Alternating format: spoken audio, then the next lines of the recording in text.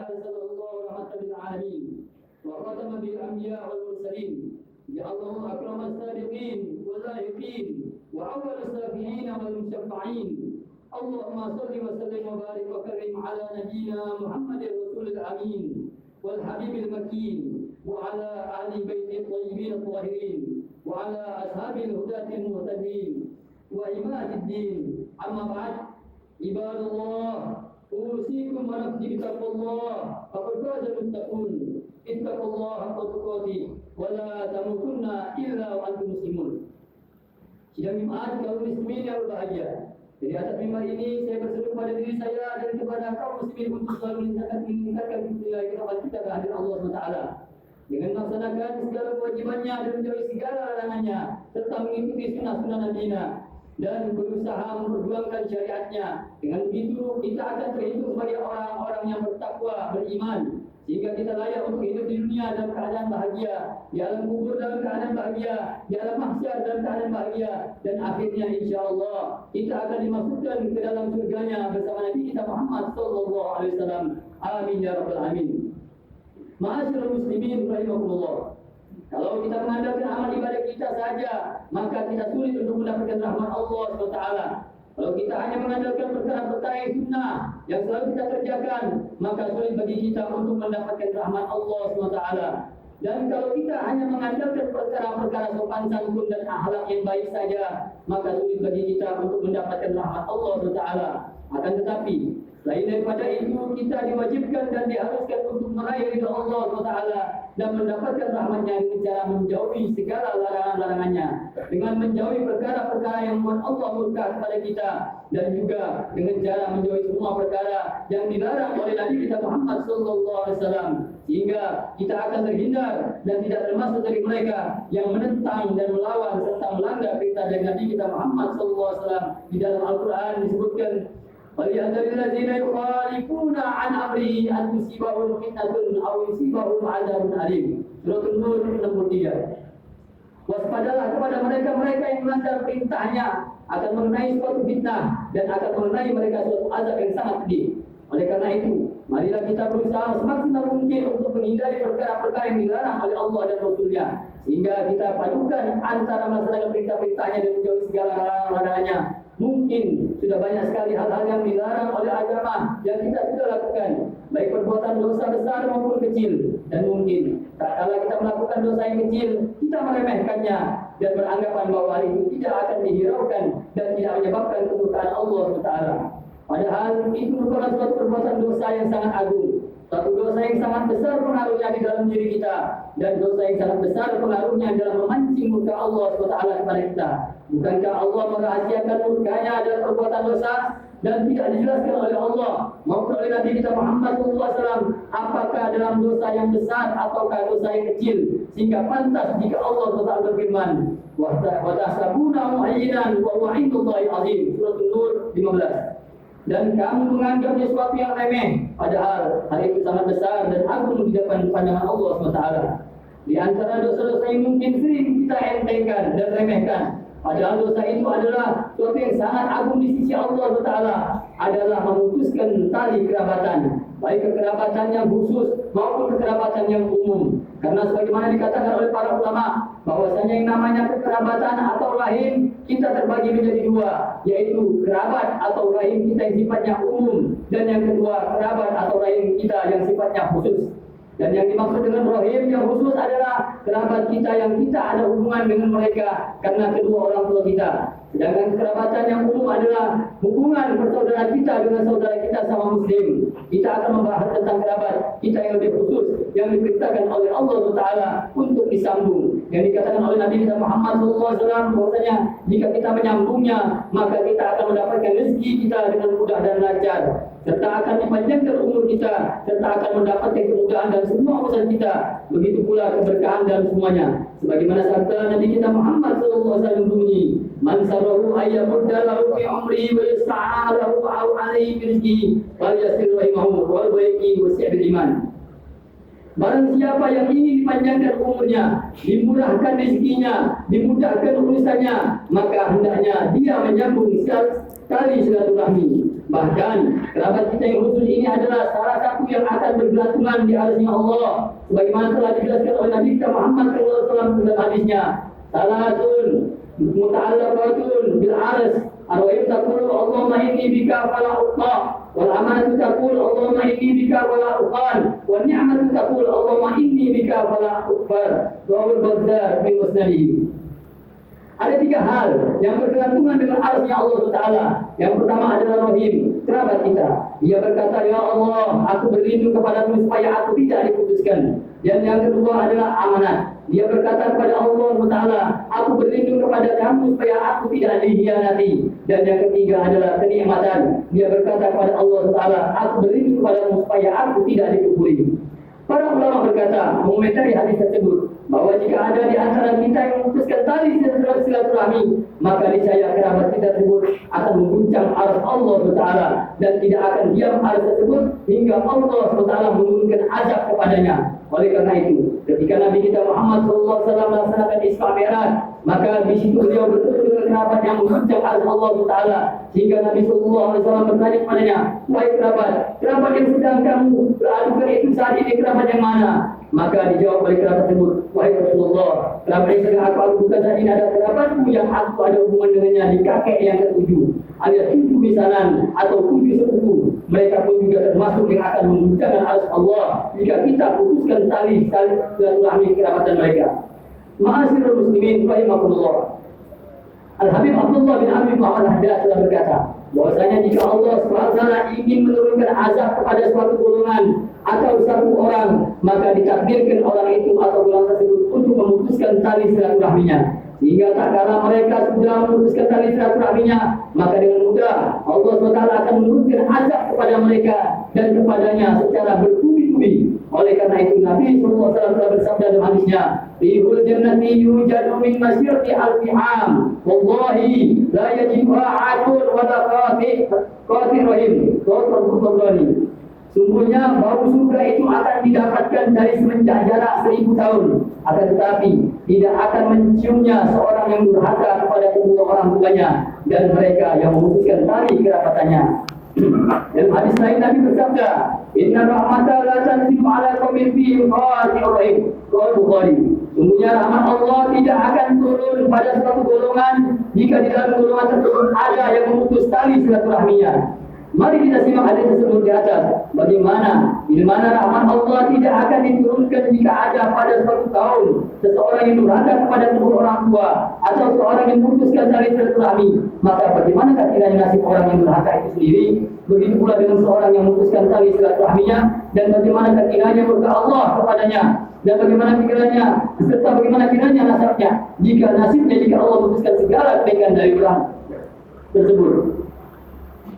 Karena itulah yang akan dialaminya di dunia sebelum di akhirat nanti, sebagaimana disebutkan dalam hadis kutsinya, Allah wa ar-Rahman ala kulli rahim wasaqtu laha asman min ismi faman wasalaha wasaltuhu wa min man qata'aha battatuhu wa kullu rizqul mujib.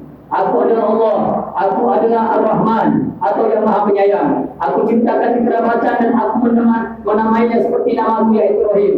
Maka barang siapa yang menyambung tali silaturahminya, maka aku sambung dia dengan rahmatku. Dan barang siapa yang memutuskan tali silaturahminya, maka aku putuskan dirinya dari rahmatku.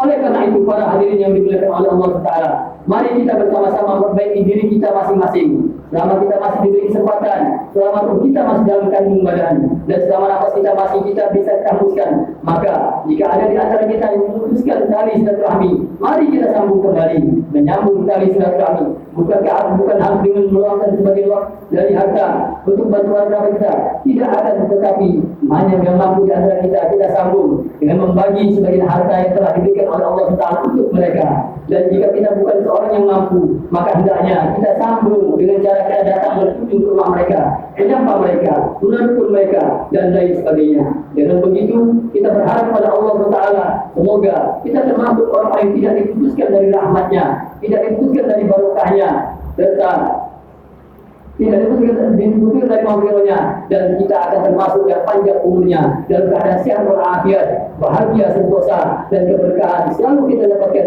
segala urusan selalu dimudahkan. Amin ya rabbal alamin. Sidang Jumat kaum muslimin yang berbahagia. Sedangkan kerabat yang umum yang juga wajib kita sambung adalah tali silaturahmi di antara kita sama muslim. Sebagaimana Allah SWT berfirman, "Innamal mu'minuna ikhwatun wa aslihu baina akhwaykum wattaqullaha la'allakum turhamun." Surah Al-Hujurat 10. Orang-orang beriman itu sungguhnya bersaudara. Sebab itu damaikanlah, perbaikilah hubungan antara kedua saudara itu dan takutlah terhadap Allah supaya kamu mendapatkan rahmat-Nya. Dalam satu hadis lain Nabi SAW beliau bersabda, "Al-Muslim akhul Muslim." Muttafaq alaih bin Musnad Abi Hurairah. Seorang Muslim adalah saudara Muslim lainnya. Maka hendaknya mari kita sambung tali silaturahmi di antara kita dengan kita melaksanakan hak-hak saudara kita sesama Muslim. Sebagaimana Nabi SAW beliau bersabda, "Hakul Muslim ala Muslim situn, idza laqitahu fasallim alaih, wa idza da'aka fa'ajibhu, wa idza istanfa'aka fa'ansahu, wa idza amasa fa'amilullah fasamidhu, wa idza marida fa'udhu, wa idza mata fatba'hu." Rawahu Muslim. Seorang muslim kepada saudaranya sama muslim ada 6 perkara. Jika engkau memenuhinya, maka hendaklah engkau beri salam kepadanya. Jika engkau diundang olehnya, maka hendaknya engkau kabulkan undangannya. Jika dia meminta nasihat kepadamu, maka nasihatilah dia. Jika dia bersin dan mengatakan alhamdulillah, maka hendaknya jawablah dia. Dan jika dia sakit, maka hendaknya engkau sambangi dia. Dan jika dia meninggal, maka hendaknya engkau mengantarkan jenazahnya. Dan di dalam hadis lain, Nabi SAW bersabda, hadis Abdullah bin Umar radhiyallahu anhu, anna Rasulullah SAW yaqul, wal al-muslim akhul muslim, la yazlimuhu wa la yuslimuhu, wa man kana fi hajati akhi, kana Allah fi hajati. Wa man faraja an muslimin kurbatan, faradallahu anhu kurbatan min kurabil yawmil qiyamah. Wa man satara musliman, satara Allah yawmal qiyamah. Rawahu Ahmad, Al-Bukhari, Muslim, wa Abu Dawud, wa Tirmidzi. Seorang muslim adalah saudara dari muslim lainnya, maka hendaknya janganlah dia itu menzaliminya dan janganlah dia menyerahkannya kepada musuh. Dan barang siapa yang membantu saudaranya sama muslim, maka Allah akan membantunya. Dan barang siapa yang menghilangkan kesusahan seorang, maka Allah akan menghilangkan kesusahannya kelak pada hari kiamat. Dan barang siapa yang menutupi aib dari seorang muslim, maka Allah akan menutupi aibnya kelak pada hari kiamat. Sidang Jumat kaum muslimin yang berbahagia.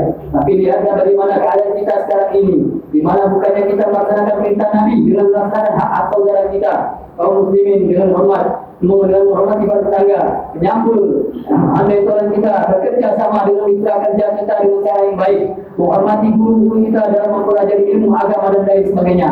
Malah justru kita memutuskan tali kekerabatan, justru kita menghadapi mereka dengan muamalah dengan mereka dengan congkaknya, seakan-akan kita adalah sebagai Tuhan yang harus melaksanakan segala macam keinginan, harus mudah segala urusan dan tercapai segala impian. Sehingga akibatnya hanya karena sesuatu yang sangat remeh kita marah kepada mereka, menghinakan mereka, merendahkan mereka, serta menzalimi mereka. Berapa banyak di antara kita kaum muslimin yang mendapatkan dosa karena menyakiti hati saudara kita sama muslim dengan ucapan yang menyakitkan, dengan tindakan yang menyesatkan, serta dengan ungkapan yang mengharukan. Maka dari itu kita harus seimbang dalam hal ini. Sebagaimana Allah berfirman dalam Al-Quran, "Hablum minallah wa hablum minan nas." Kedua-duanya harus ada pada diri kita. Dengan kita baik muamalah dengan Allah dan kita baik pula muamalah dengan manusia. Dan ketahuilah bahwa dosa terbagi menjadi 2 macam, yaitu dosa yang berkaitan dengan Allah dan dosa yang berkaitan dengan hak manusia. Dan setiap dosa yang berkaitan dengan manusia adalah dosa yang tidak diampuni oleh Allah SWT, kecuali jika orang itu mengampuni kita. Yang demikian itu dikarenakan hubungan antara manusia selalu dilandasi dengan dasar perhitungan yang tidak kenal, maka kita tidak sayang. Yang tidak baik, maka kita tidak baik pula yang didapatkan. Berbeda dengan hubungan kita dengan Allah, di mana Allah Taala bermuamalah dengan kita berdasarkan musamaha. Dengan kata lain, pada dasarnya memang Allah ingin memaafkan kita, baik setelah kita melakukan suatu dosa ataupun belum melakukannya. Berbeda dengan manusia, di mana antara manusia yang satu dengan manusia yang lain tidak akan saling menghormati jika mereka tidak saling mengenal, tidak akan saling berbuat baik jika di antara mereka tidak saling mengenal. Itulah maksudnya muamalah di antara manusia, berdasarkan kepada perhitungan. Sehingga pantas jika para ulama berkata, jika seumpama kita harus melakukan suatu dosa, maka hendaknya kita lakukan dosa yang berkaitan antara kita dengan Allah. Jangan dosa yang berkaitan dengan antara kita dengan manusia. Karena biasanya manusia itu sulit untuk memaafkan kesalahan kita, sulit sekali merelakan kehilapan kita.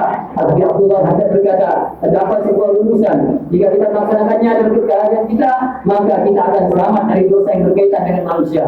Yaitu semua hak manusia kita laksanakan, sedangkan hak kita jangan minta kepada manusia, tetapi mintalah kepada Allah. Artinya haknya tetangga kita laksanakan walaupun dia tidak pada kita. Haknya suami istri kita laksanakan walaupun mereka tidak melaksanakan untuk kita.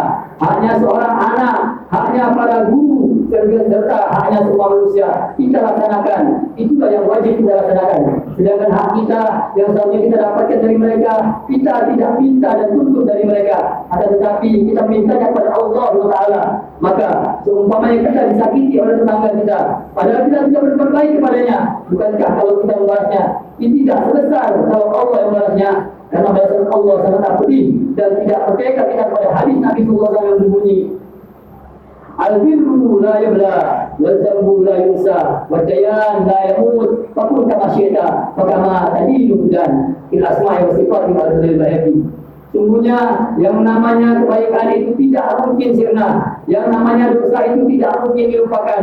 Sedangkan yang namanya zat yang maha menuntut balas itu akan selalu sigap dan mawas, serta akan selalu tahu dengan apa yang kita lakukan.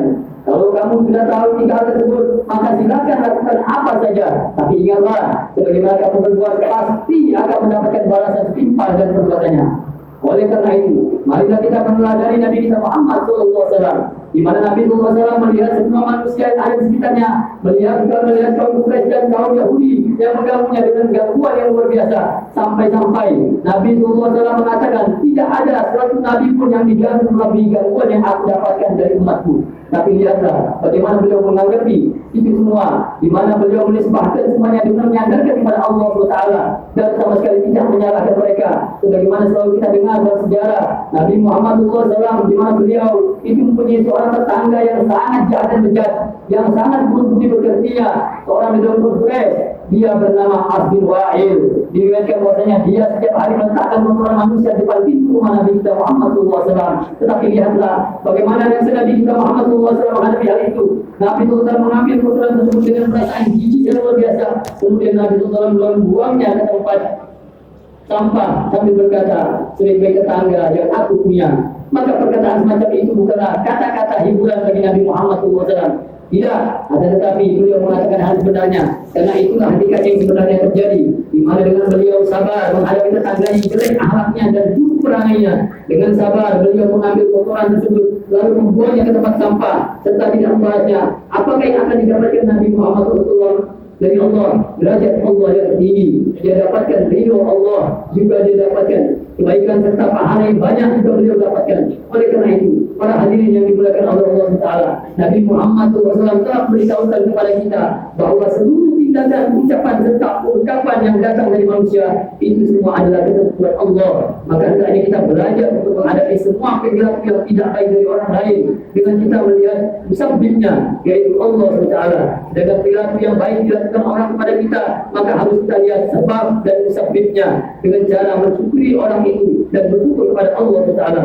Akhirnya marilah kita memohon kepada dan berdoa kepada Allah Taala, semoga kita termasuk orang-orang yang diselamatkan oleh Allah Taala dari perilaku yang merugikan kita di akhirat, dari perilaku yang menjauhkan kita dari rahmat Allah Taala, dari perilaku yang jauh dari ajaran Nabi kita Muhammad sallallahu alaihi wasallam.